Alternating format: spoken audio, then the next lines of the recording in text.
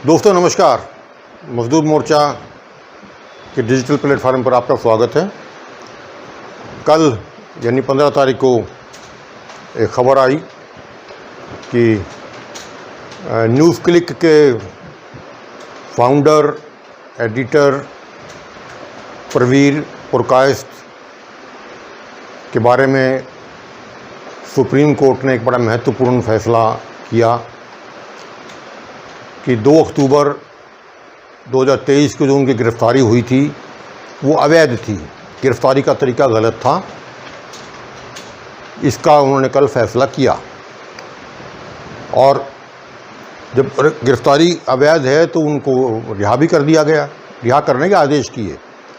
अभी तक वीडियो बनाते वक्त तक ये स्पष्ट नहीं हो पाया कि वो जेल से बाहर आए या अभी अंदर ही हैं, या सरकारी एजेंसियों ने कोई नया प्रपंच रचा या अभी पता नहीं चल पाया।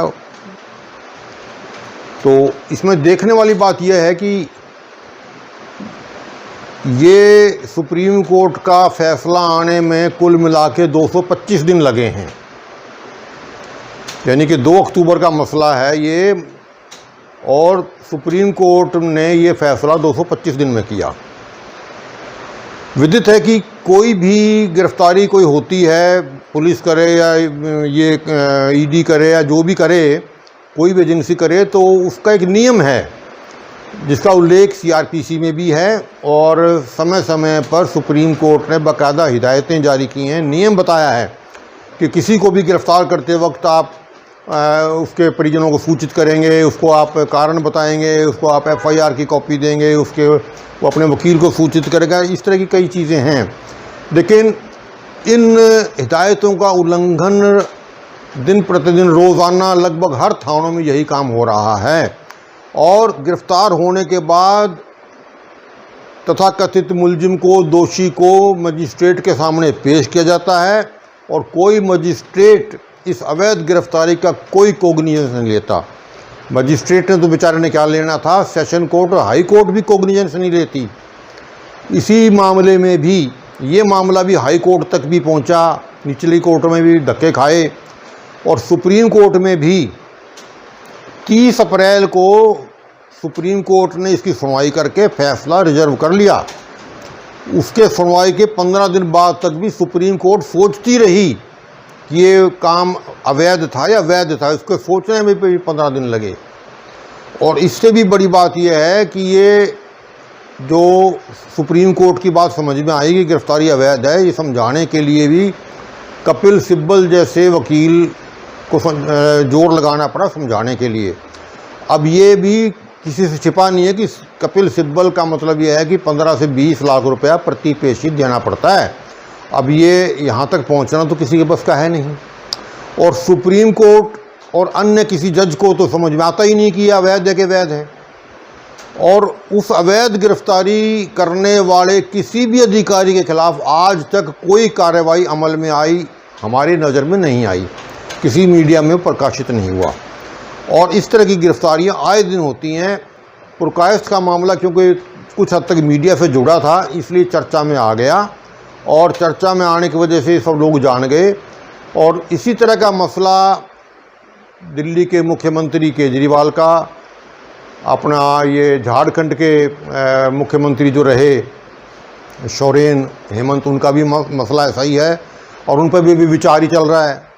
अब क्योंकि केजरीवाल का भी मामला तकड़ा था, उनका वकील भी काफ़ी तकड़ा रहा, वो जो हैं उनके मनु सिंघवी, तो उनका हालांकि पूरा फैसला तो नहीं हुआ, लेकिन किसी तरह जैसे तैसे करके अंतरिम राहत के तौर पर अंतरिम जमानत तो दे दी उनको।